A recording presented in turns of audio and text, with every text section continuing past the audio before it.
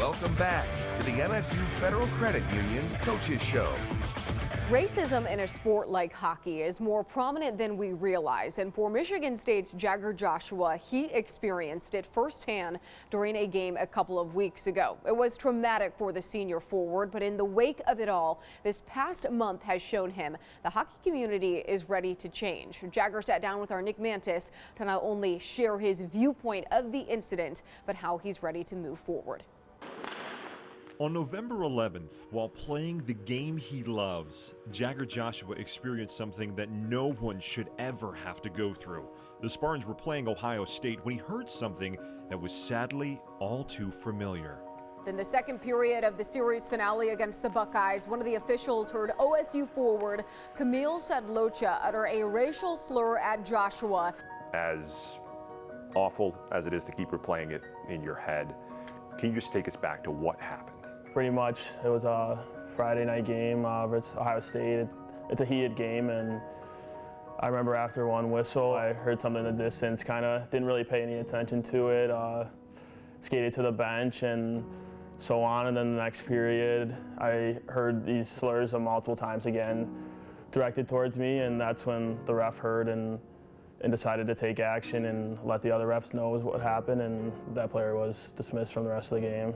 It's something that I'm forever thankful for, and that ref stepping up, because after all this played out and hearing other stories and how they didn't have a ref to back them up, or they didn't have somebody that heard and they weren't being believed, so that ref stepping up and taking action immediately gave me the confidence to be able to speak out and really made me feel like he cared and that people do care. So that following Saturday, I wrote a statement into the Big Ten Conference. I know they had a meeting about it, and so I was obviously hopeful and optimistic that something was going to get done. And then we had a game ourselves Friday, so I remember waking up Saturday, and so one of the guys on my team told me that the player had played, and it left me confused and very, very hurt, honestly, and it really did make me feel like my voice didn't matter and I didn't matter almost.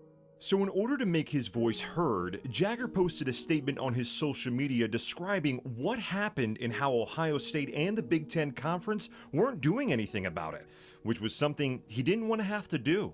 Going public, obviously, it wasn't my first choice, and I really did hope it just got handled on its own, but once I found out that the Big Ten wasn't listening to me, nor Ohio State, I felt the need to go public and make a statement myself, and really my goal behind that was to bring light into the situation and to show that this doesn't belong in hockey, and I couldn't just sit there and be quiet, and I almost think that when I sit there and it's not acknowledged, it's just as bad as condoning it, so that was something I felt the need to speak out and let other people know that this happened and it's not accepted here. The response to his post was an outpouring of support from the hockey community, including former Spartan Anson Carter, who sadly experienced similar situations when he was at Michigan State. The now NHL analyst shared his thoughts on a nationally televised broadcast.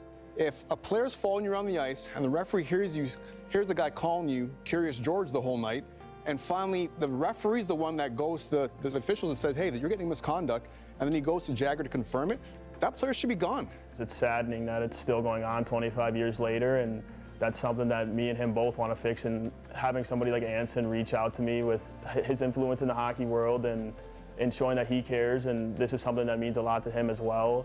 It's only made me feel better and want me or inspire me to create change with him. 11 days after the incident, Ohio State Athletic Director Gene Smith released a statement apologizing to Jagger and saying that Camille Sadlocha has been suspended indefinitely. What was your first reaction when you heard that that university wanted to take action? It felt that something was getting done, and I was somewhat happy for that, but I'm more focused on creating change and inspiring change now than really putting my energy towards that incident nor him.